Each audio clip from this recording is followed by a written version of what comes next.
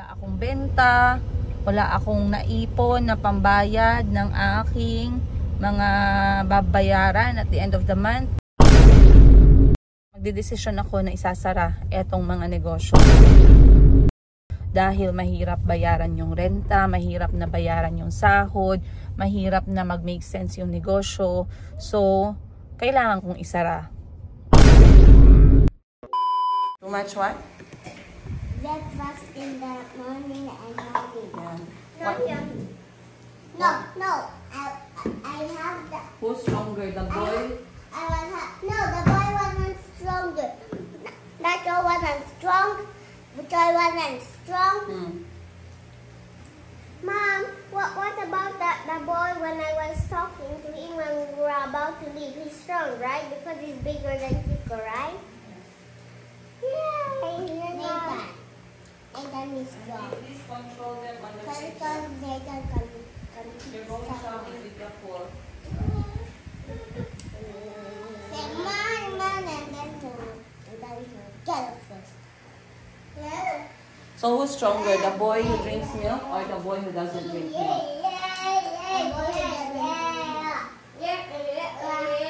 The boy who drinks? Is it?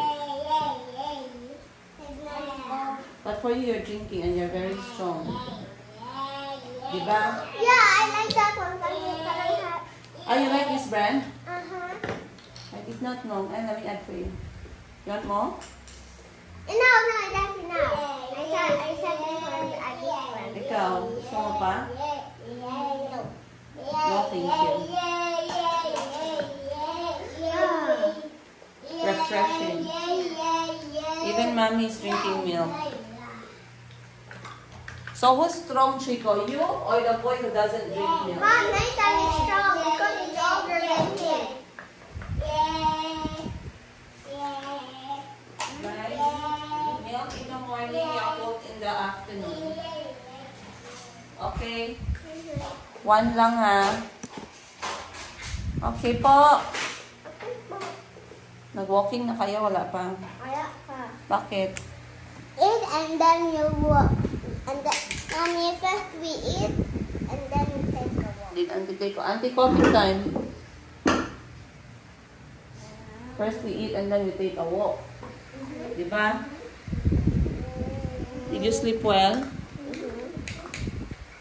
Milk also for me. Look. Milk for old people will make my strong bones. My bones stronger. Mayumi milk is... Everyone drinks milk, diba?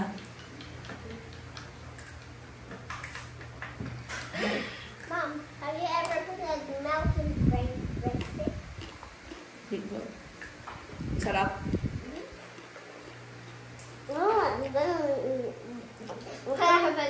What's Tagalog? Tagalog of milk? Milk. Kasa. Gatas. Tama. I can't feel. Ano yan, Chico? Are you a cat? You do like... Mom, this is how a cat is. Meow, meow. That's how cat drink. And this is, no, Mom, this is how a cat drinks. Huh? Sana stick mo. Yummy.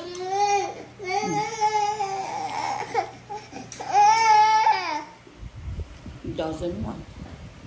And I have my iron man. Take a look. Mom, she likes my iron man.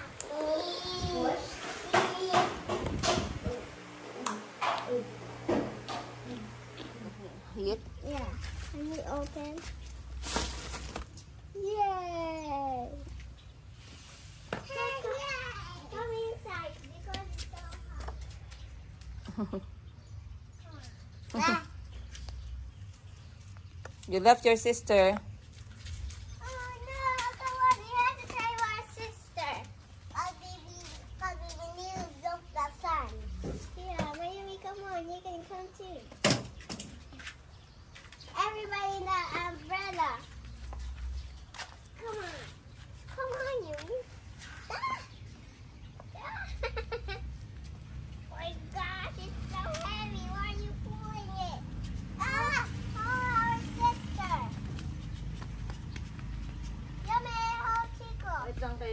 siya, dahan-dahan lang.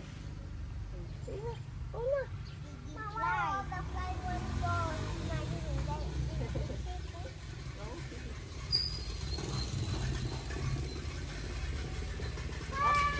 Up.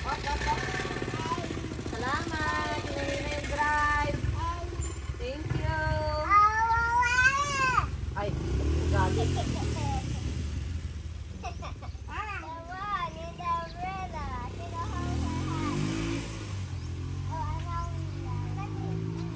She wants to hold.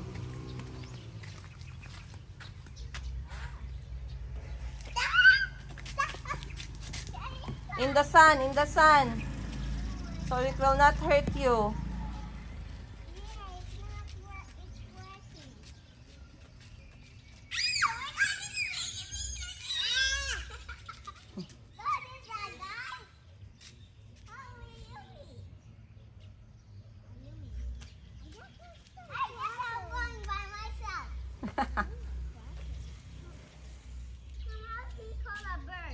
Tweet, tweet, tweet.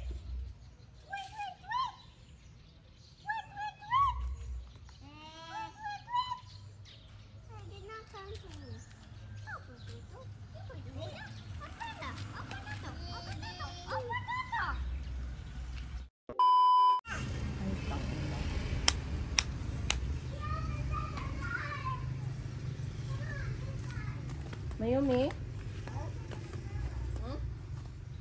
Saan ka? Bihis ka na kayo. Langaw.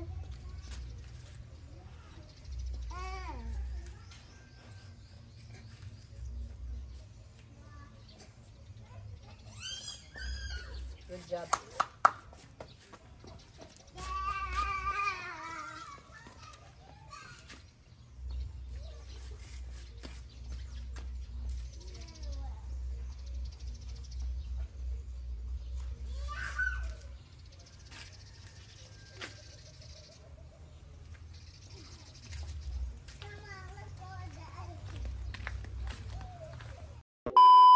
I can spin it and stop it! The biggest poop and Daddy went on my shoe. The biggest poop The biggest poop in the world. in the world. Come. Where? Ay, naku, ipakita pang tae. Mayumi, bihis ka na, dali na.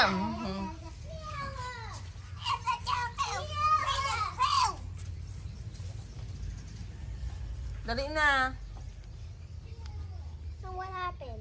I'm going to wash Mayumi. The diaper very heavy na. Okay, you can go wash. We're just gonna stay on the side. Okay. As long as you stay on the side. Good morning, Mayumi. Good morning. Beh, say hi. Hi. Sinong masaya? Nakasama. Good morning, guys. Time check 8:30 ng umaga. Maayong bungkag sa lahat ng nabungkag kagabi. Sa lahat ng nabungkag ngayong umaga. Maayong buntag sa inyong lahat, guys. It's a sunny morning dito sa bansang Pilipinas. Saan pa ba tayo? And we are passing through Ace Medical Center, Jensen, na hindi pa din tapos hanggang ngayon. Paano ako makakapagsimula ng negosyo sa harapan dyan? Magbibenta sana ako ng pansit. Kasi alam ko laging gutom yung mga taga-medical center. Kaya pansit yung inanegosyo ko dyan. Pero hindi pa sila nagsisimula. But I'm on my way to the city right now for a lot of things. Sinama ko si Mayumi ngayon kasi she's going to see her doctor. At ngayon ay ang araw ng visa ni Auntie.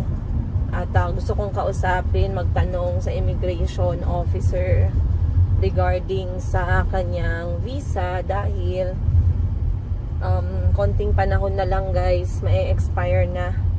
At kailangan na din talagang umalis by hook or by crook, rain or shine. Kailangan ni Auntie talagang lisanin ang Pilipinas by abiding by the law of the Philippines when it comes sa mga tourists and immigrants. So, pupunta lang tayo muna. First things first, bibisitahin ko ang aking nanay. At sila'y magbabanding muna ni Mayumi habang ako'y maghahanap buhay. At naka-receive ako ng update about sa mga kapatid ng aking anak, mga anak ko na naiwan natin sa Africa. Mamaya i-share ko sa inyo yung update. But for now, let's go muna maghanap buhay, guys. Sarap, maganda ang panahon ngayon, no? Maganda tumambay sa dagat ngayon. Siguro ano na lang, bukas, Friday. Tambay-tambay sa dagat, hinga kaliwat kanan. Pero meron akong camping ground na gustong bisitahin. Kasama ang aking dalawang makulit na makulot. Si Chico at si Calvi. Asa sila adto? Nay, ano no? Patay. Meron akong gustong bisitahin na lugar. It's a camping ground na malaking space. Pwedeng tumakbo yung mga anak ko. Pwede silang magwala. Pwede silang magsisigaw-sigaw. Kasi nga, I'm looking for a space where I don't have to stop my children to be wild. I don't have to stop them to be free, to be a child, to be wild. So, yun yung mga target ko na lugar. So, number 1, dapat pumunta weekdays. Kasi weekdays walang tao. Walang tao pag weekdays. Number 2, wala lang. Para pag weekend sa bahay na naman, di ba? So, meron ako nakita. This is close to Mount Matutum area. Para siyang camping ground. Magdadala pa din ng tent, magdadala pa din ng beddings. And, pero ang kailangan namin dalhin na sasakyan doon, pick up. Kasi etong kotse hindi pwede doon kasi mabundok. So, dapat yung pick up ang dala natin. Manghihiram ako kay Madam Sheena. Drive-thru baka dari. Jollibee. Drive-thru, good. Okay. Pili lang muna tayo ng ano, guys. Okay. Parang kakaupo ko lang, guys. Tumayo na ako ulit. Dahil ngayon pala ay 20... Anong date ngayon? 29? Yes. 29 ngayon. Asikasuhin ko ang ating monthly expenses. Bangkos ako yung monthly expenses natin sa negosyo. So, ngayong araw, guys, gusto kong ikwento sa inyo or share sa inyo ang mga possible na mga gasto sa negosyo sa isang kapag kakatapusan. Okay? Para meron din kayong idea if ever may plano kayong mag-ano ng negosyo. And ano nga ba? Or gusto nyo lang makichika sa akin kung ano yung mga binabayaran ko kapag katapusan when it comes sa negosyo. Sa negosyo lang, ha? So, ngayon, pag-uusapan natin kung magkano ang inaabot na binabayaran ko buwan-buwan katapusan na araw. Hindi lang dito sa Mayumi Thailand Closet, yung maliit ko na boutique, kundi pati din sa laundry shop natin. Dalawa lang muna, maliliit lang natin talaga. Kala mo naman may malaki tayong negosyo, no? Pero, ano? A few. Okay.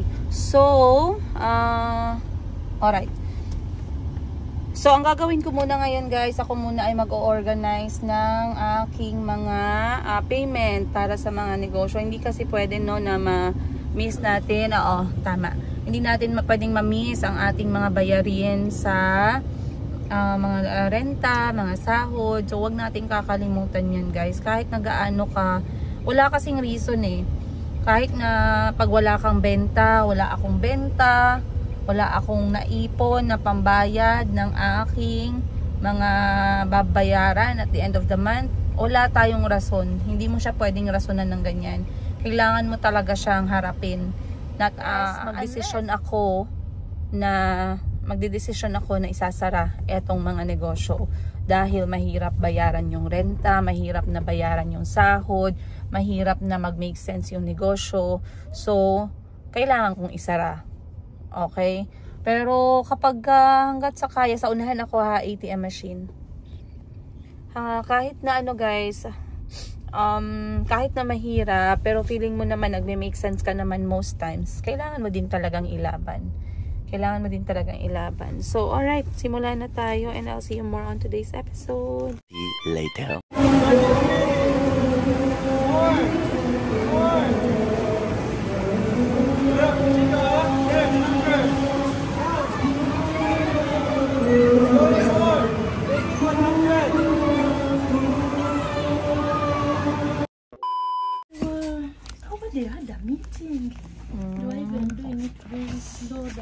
that time. But people are not even that much men. Really? Come and eat. Sit down here. Have lunch kaya you will go check up pa.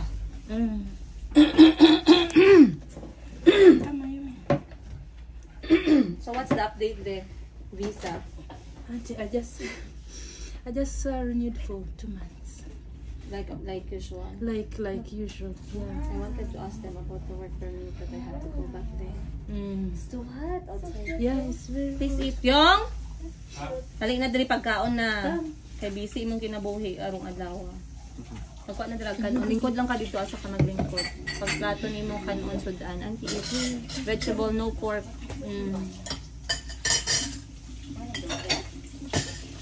But they have a lot of people today. Are they catering? Actually, we were only 3. Only 3? But took you so long? But they were taking their time. I don't know what was wrong. Yes. Kain ka na. Go. But they had a meeting inside. Okay. So we had to wait outside a bit. We were only 3. Unsa man ning isa? Unsa ning naa dire? Lamb.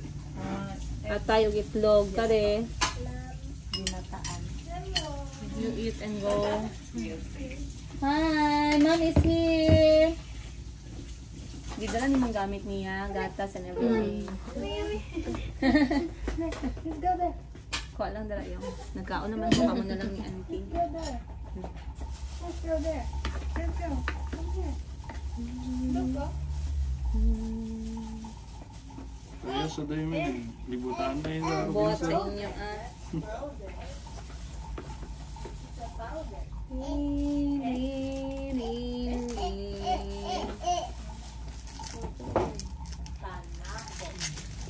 May giveaway lagi kayo na BPI dito guys na paper. Bibigyan kayo man. Sino nagbigay? Di ko alam ma'am. Gidala lang na ito ma'am Queen. Eat auntie.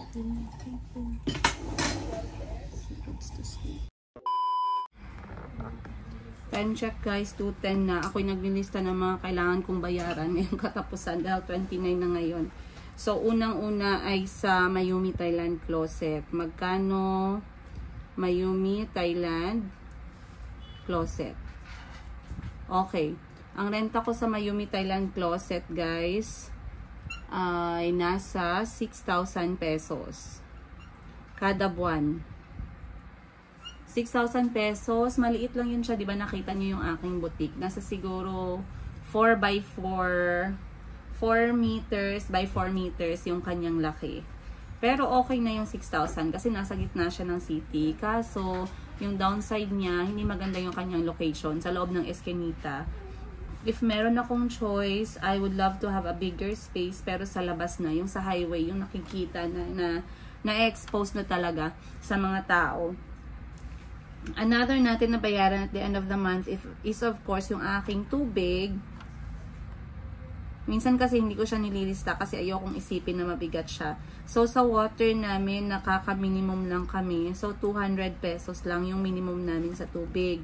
Sa kuryente naman, dahil nag-aircon kami ni Miss Giselle kapag kami nagtatrabaho, maliit lang naman siya na aircon. Mahirap kasi mag-live kapag mainit.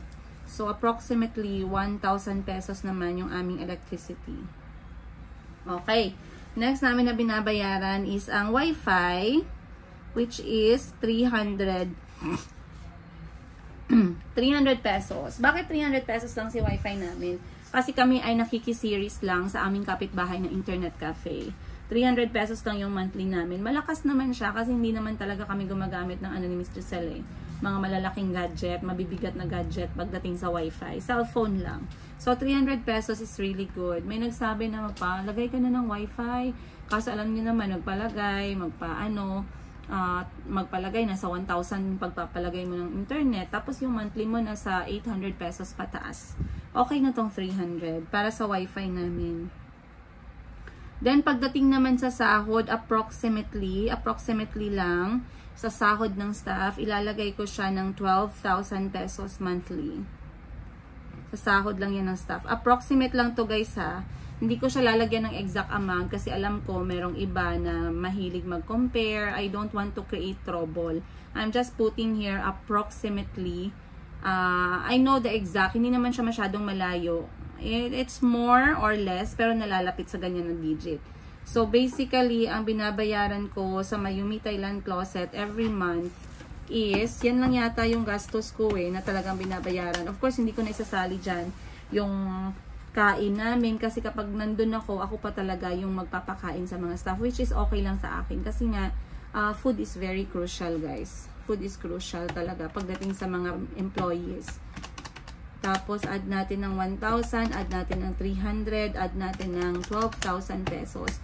So, nasa 19,000 pesos yung ating expenses sa ating boutique monthly. Okay. So, itong 19,500 pesos natin na monthly, actually, it does make sense naman kapag meron tayong mga benta. Pag walang benta, medyo mahirap siyang abutin, pero okay lang kasi ganun naman talaga yung negosyo. Hindi naman talaga every single day at hindi every business ay nagmi-make sense. Kailangan mo lang talagang ilaban at ilaban yung iyong negosyo. So, basically, ganito kalaki. So, may nagsabi sa akin, "Ma'am, bakit isasara ko itong aking boutique at ililipat ko ulit sa bahay. Dahil sa bahay, hindi ko na kailangan magrenta. Nandun na yung pagising ko, nandun na yung aking mga binibenta. Hindi ko na kailangan magbayad ng tubig, kuryente, hindi ko na kailangan magbayad ng wifi, at saka hindi ko na rin kailangan magbayad ng sahod. Kasi in short, ako na rin yung gagawa sa bahay." And yes, I saw the point, by the way. I saw the point. Kaso, the downside of that is, ang bahay ay hindi lang naman ako nakatira. Ang bahay, andyan yung mga anak ko.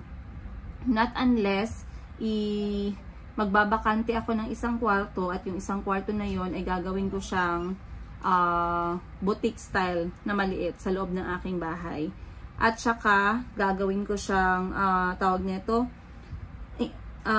doon ko na ilalagay lahat ng aking stocks. Kaya ako kumuha talaga ng pwesto is because nagiging office ko din kasi siya. Dito ko ginagawa yung aking mga trabaho, dito ako nag-i-edit ng aking mga videos. Kasi pag sa bahay lang, mas marami akong distractions, mas madali akong nagigilty para sa mga anak ko. So in short, ang hirap magtrabaho ng tuloy-tuloy sa bahay. And I always needed that kind of space.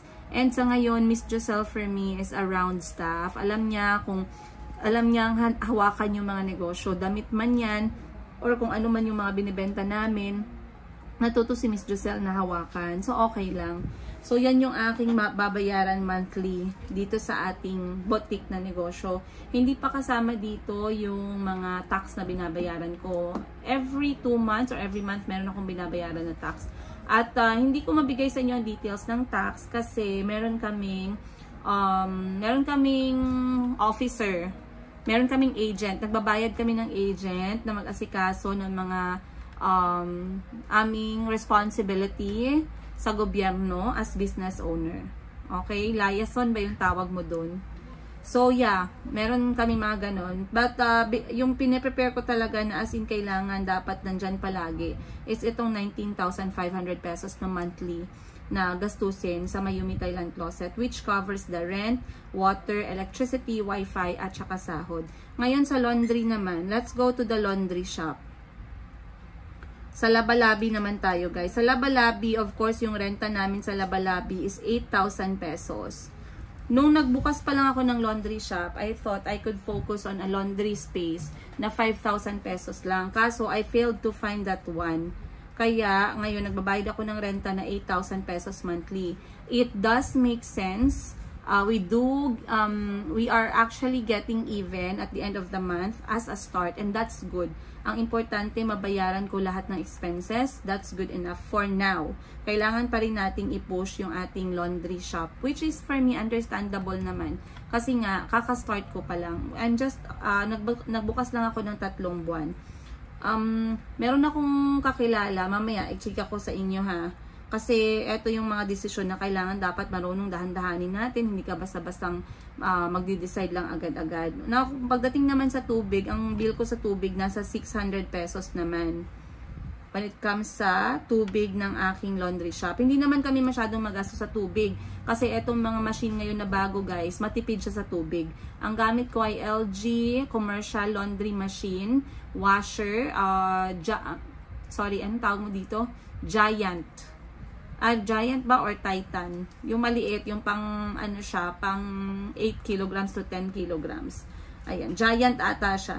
Next is yung sa kuryente namin, hindi rin kami malaki sa kuryente. Nasa 1,000 pesos lang din yung aming kuryente kasi yung dryer namin na init yung nagpapatuyo sa damit. Gas po yung gamit doon. So, hindi kami malaki talaga sa kuryente. And then, next is yung wifi namin sa aming laundry shop ay 800 pesos din. Yan yung wifi namin. Tapos si ate lang naman ang gumagamit ng wifi namin doon. Isa lang. Actually, that's quite a big of expense, no? If you think about it. Hindi naman namin kailangan talaga ng wifi kasi meron namang monthly. Not unless doon ako, meron naman siyang monthly data sa phone niya. Not unless doon ako nakadestino talaga sa shop. So, I will think of a way to cut costs sa laundry shop namin. Kasi parang, okay, ang wifi ay nakadugtong pala sa CCTV. Kaya pala importante na merong wifi. Dahil, hindi ko kailangan pumunta masyado sa laundry shop because of the CCTV. Na-monitor ko lahat from there. Next is yung sahod ng staff which is 9,000 pesos. Sahod ng staff natin. Approximately lang yan ulit guys ha. For now. Okay? Approximate lang yan natin for now as a start na nagsisimula pa lang tayo. Lahat po ng aming mga staff ay mag-i-increase as time goes by kapag depende po sa takbo ng negosyo at depende sa responsibilities na din. Alright? Okay, so i-total natin 8,000 plus 600 plus 1,000 plus 800 plus 9,000 equals, ay hindi pala, sorry, 10,000 pala. 10,000 pala ang sahod ng staff, hindi pala 9,000. So, 10,000 pesos, that is 20,400 pesos. Ito naman yung total natin for the laundry shop. Again, hindi po ito talaga as in itemized. Meron mga maliliit na mga gastos din na pumapasok in the middle, in between of the month. Pero ito talaga yung every katapusan na dapat kong bayaran. Nakatungtong talaga siya every 30th of the month. So once again, sa Mayumi Thailand Closet, approximately 20,000 monthly. The same goes sa laundry shop natin, 20,000 then monthly. Okay. So, yan yung aking kailangan buuin dahil ngayon ay 29 na. Ibig sabihin, dapat lahat ng bill ko mabayaran ko bukas. Otherwise, kapag hindi natin yan kayang bayaran in a course of 1 year, baka magsara yung negosyo natin. Pero we don't want to look at that, no? We want to stay positive. Of course, maraming salamat sa lahat sa inyo na patuloy na namimili at nag-a-avail ng aming service. If you ask me guys kung may regret ba ako sa negosyo, na nagsimula ako ng negosyo, may regret ba ako? Wala eh. Kasi business is always better than any other thing. Mas better siya for me kaysa sa magtrabaho ako as teacher. Kasi pag nag-teacher ako guys, hindi ko makakasama yung mga anak ko. Pag nagtrabaho ako as teacher, hindi ko sila masasamahan talaga. Hindi ko sila makikita from 7 AM to 5 PM. Even worse pati weekend. Hindi ko kontrolado yung oras ko sa pagiging teacher. Pag nag-teacher ako. And of course, hindi rin ganun kadaming opportunity kasi nga hawak lang din yung oras ko ng trabaho. Unlike ganito, meron akong chance na maghanap ng mga opportunity para sa sarili ko at para sa mga anak ko kasi I have the time. I control my own time, of course. With the guide of Allah, nagagawa ko rin naman yung mga dapat kong gawin sa mga oras na bakante kapag lumalabas ako ng bahay dahil nga I have the freedom na mag-schedule kung ano dapat yung schedule dahil ako ay self-employed or business owner. Pwede din ganun. So anyway, yeah, yan na yung aking gastusan. Kayo, nag-business, kung mga business owner na mga nanonood dyan, anong mga gastusin ninyo? Magkano yung inaabot ninyo? Excited akong malaman, no? Kung ano yung business ninyo, magkano yung inaabot ng inyong tawag nito, ng inyong gastusan at the end of the month. Yeah, yun lang guys. Magti 3 PM na sa wakas at na-chika ko din yan sa inyo. I just want to have this kind of conversation kasi minsan hindi natin nakikita most of the time yung mga hindi business owner yung mga customer lang, hindi nila nakikita yung gastos ng isang business owner. Sinasabi lang na mabuti ka pa, may sarili ka ng negosyo, mabuti ka pa, ganito, ganyan. They don't really see the sacrifices, the hardship, the sleepless nights. Minsan nalilipasan ka ng gutom dahil business owner ka. So, it has its own sacrifices talaga. It has its own sacrifices. And once again, maraming salamat you guys. I hope meron akong na-share sa inyo na maganda sa episode na to. And of course, I'll see you guys on the next one. Ako muna yung babalik sa aking trabaho. Magbibideo muna ako ng alahas. And I'll see you guys on the next episode. Much love, Princess Liga.